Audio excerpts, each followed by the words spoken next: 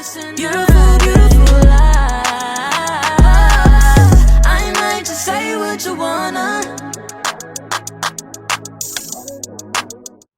What's up, y'all? I'm J.Max. Welcome back to my channel. This is J.Max Reax, and today I'm watching the video that says, "Why is Brandy called the Vocal Bible?" This is by Soundfield. So let's see why Brandy is the Vocal Bible.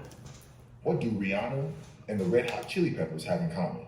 They're rock A stars? deep admiration for Brandy Norwood. Oh, okay. She's been called your favorite singer's favorite singer. The artist known as the Vocal Bible is both a Grammy winner and television star. Brandy has had many highs in her career and was the it girl in the 90s and early 2000s. But even still, Brandy's vocal talent and innovation are not recognized enough. So we're going to talk about it. Okay, Soundfield. Brandy was only 14 years old when she recorded her first single, I Wanna Be Down. The minimal arrangement combined with her impressive vocal chops won over the hearts of R&B and pop listeners alike. What do you think made Brandy stand out early in her career? What do you think made her pop? So I think there is this very polished look that was super intentional, this innocence that made her very loving. So that works. But her tone, Brandy, it's only one tone. You know it out of 1,000 voices. She's just, she's a quiet storm. Some come Brandy close, didn't reach but that never level of reach success it. overnight. Born in 1979, she spent most of her childhood in Carson, California. Brandy's father was a gospel singer and a minister of music. Yes, that's right. Brandy got her musical foundation in the church. She even started singing in the church choir at the age of 2. Brandy's life was changed after seeing Whitney Houston on TV for the first time. She remembers telling her mom, "I want to be as big as Whitney Houston." By the time she was 12 years old, she was already singing backup for the teen R&B group Immature. And it took her only a year or two to land her own record deal with Atlantic. It's important to remember that the musical landscape of the 1980s looked nothing like we're used to today. Labels struggled to find mainstream success with young black women stars. There were a few artists who left their mark, like Tracy Spencer, Penny Ford, and Janet Jackson.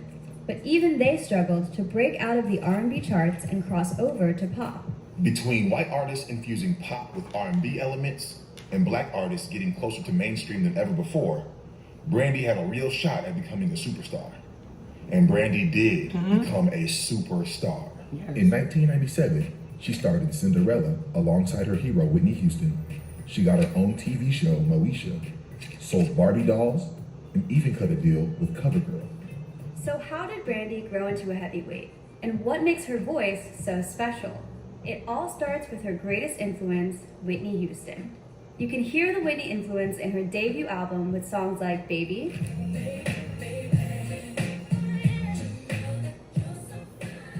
or Broken Hearted. I feel like she was able to use Whitney Houston as kind of her launching pad into being a lot more inventive and a lot more thoughtful and, okay, where else can I go musically? In what ways do you hear that Whitney influence in her music? You know, if you really go back and you listen to a lot of her ballads,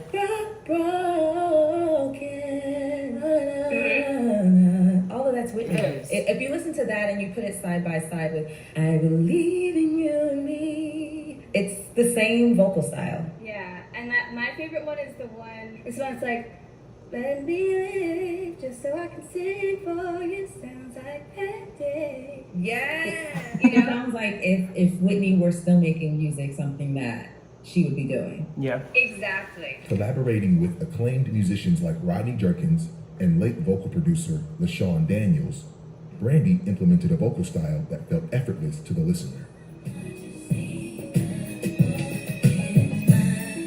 Brandy's vocal agility, fast vibrato, and crystal clear runs soon became her trademark. Rather than testing the limits of her belting power and vocal range, Brandy focuses on her mid-register with great control. Taking inspiration from jazz singers, she often utilizes the mixed voice approach. By mixing her chest voice and her head voice, she brings an airy and buttery quality to her singing. perhaps this is one of the reasons why her voice still sounds as flexible as ever today. Even when she belts, she does so with care. She knows exactly how long to sustain a note and how soon to descend off of it. Look at that picture.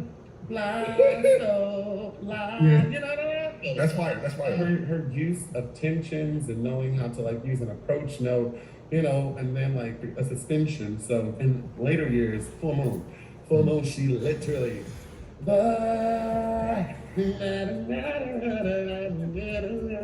Yes. While the chord is just doing all the things. The woman is singing down. Spot on too. They are Like many right. R&B singers, Brandy is also a fan of ad-libs. She often adds to the story of each song by inserting new melodic layers to top off the main theme. My fucking song. Every element feels intentional, and it intensifies the emotional impact on the listener. Grammy Award-winning gospel singer-songwriter Erica Campbell said it best. It's a perfect marriage of vocal and lyric. Brandy is piano. Brandy is a string section. Her arrangements are arrangements. Yes, they They're are. pads Orchestrations. or an orchestration. Like you could strip away all instrumentation of a Brandy song and have a full song. Yes. There's a reason why many consider Brandy's third album to be her greatest body of work. In Full Moon, it was time to showcase the depth of her abilities. Brandy said she believed the track What About Us could change the game. The offbeat futuristic song took influence from hip-hop and dance pop. Rodney Jerkins had a field day on Full Moon. He did. And He if really you listen did. to Full Moon, this is the very first song on there called I Thought. You'll hear the way that he used that same production on Feedback for Janet Jackson 4 or 5 years later. Rodney Jerkins literally found his sound, in my opinion, on the Brandy Full Moon album. I agree with that one. Is a singer that producers can find their sound in. As she was in the studio finishing up the No, I think production he of found Full his sound Moon, elsewhere. I Brandy agree with found that one, out that but she was pregnant with her they're daughter, right. Sarah. Now, the mother of a toddler in her 20s, Brandy was ready to show the world what adulthood looked like through her eyes. First, she said goodbye to her longtime collaborator, Rodney Jerkins, and brought in Timbaland to produce her fourth studio album, Aphrodisiac. In this album, Brandy's voice sounds more raw than ever before. Boldly referencing Coldplay and I Try, this classic R&B tune aligns Brandy's ad-libs with her building frustration and regret in the face of infidelity.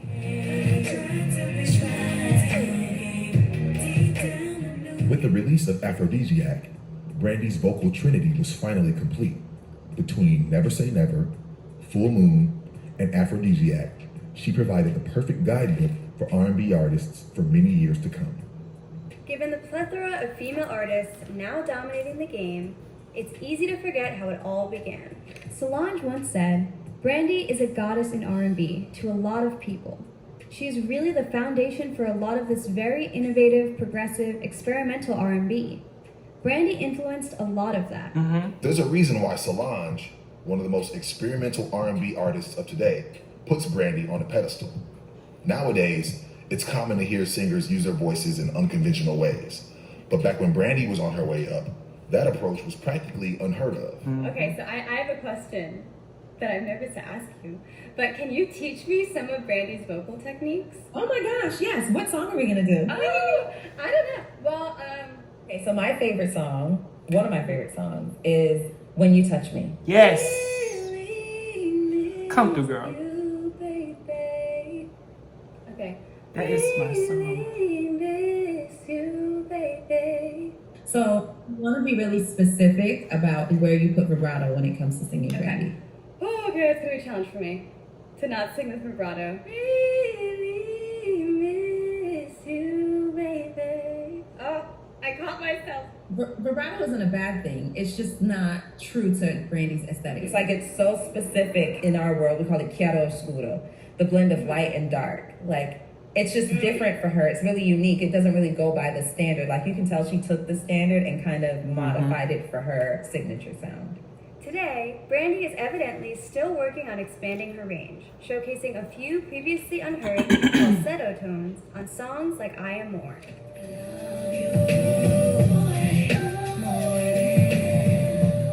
R&B is a huge part of mainstream pop music today, in part thanks to Brandy propelling the genre forward during a time where Black female artists were all but missing from the charts. Her TV shows, movies, and endorsement deals helped her reach role model status, but it was her musical excellence that cemented her legacy. Thanks for tuning in to our Brandy episode. A friend of mine and the creator of Soundfield has started a new project inspired by Soundfield that goes beyond music. I'll let Joseph tell you about it. Working on Soundfield inspired me to create a new PBS documentary series called Subculture, which explores how lesser-known communities have influenced the mainstream culture around us. I've met with a blonde gamer who plays Mortal Kombat professionally. I've met cowboys and cowgirls from the gay rodeo, and I've also explored how anime became a $25 billion industry. Check it out on the PBS Voices link in our description, and let them know that Soundfield sent you. Here are your submissions from our last video when we asked you what your favorite pop punk song is. Ever Fallen in Love by the Buzzcocks is perfect, and I could listen to it every day until I die. As always, thanks for watching. We want to hear what your favorite Brandy vocal moment is. If you'd like, you can submit a video of yourself telling us your favorite songs at the link in the description. Okay. So I did not know about Soundfield until this video came through, and I put it in my watch later playlist. So this set of videos that you see with me in this blue shirt are all from a watch later playlist that I typically don't watch videos on film from. It's just stuff that I put there to watch before I go to sleep at night. And as y'all can see, a lot of what I watch before I go to sleep at night is music documentaries. But this is cool. I'm gonna have to subscribe to Soundfield. Y'all do the same, because that was interesting. I like how they did that. They split it up. It kept you engaged and interested the whole time. But now, Brandy. Oh my God. I love Brandy. I will say this. I am definitely a full moon person. I was, again, 7, 8, but my mom played that CD out when we were kids. Like, it was such an amazing moment. And then when she got to Aphrodisiac, I kind of was more drawn to singles from it, because I still have never listened to that album in full, that one or Human and 211. I hate to say that I'm a Brandy fan, but like, I just happen to know songs from these albums that I love. I didn't never listen to them in their fullness.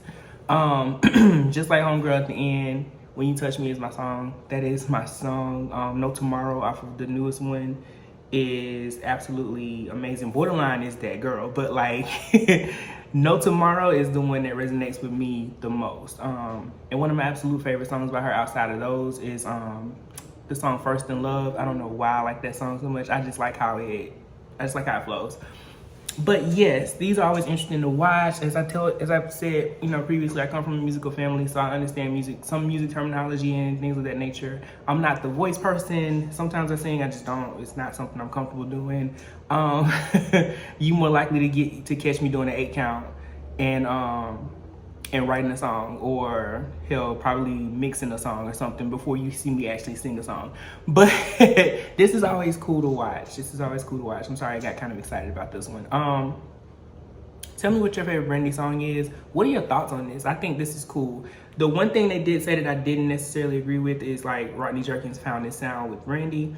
I think he found a sound with Brandy that was distinct and that he was able to utilize going forward. But before he did Full Moon, he did a lot of stuff with Destiny's Child and that, like, in other groups that I think also, really also, helped him craft the sound in like the J-Lo songs. I think he always had a sound. So I can't agree with that particular aspect of it, but I think he did create a sound. Just like when she worked with Timbaland, I don't really know all of what went on her Aphrodisiac album, but a lot of the songs that were leaked, the unreleased songs that she created with Timbaland, they fell into a sonic pocket, them and James Fauntleroy. Crazy.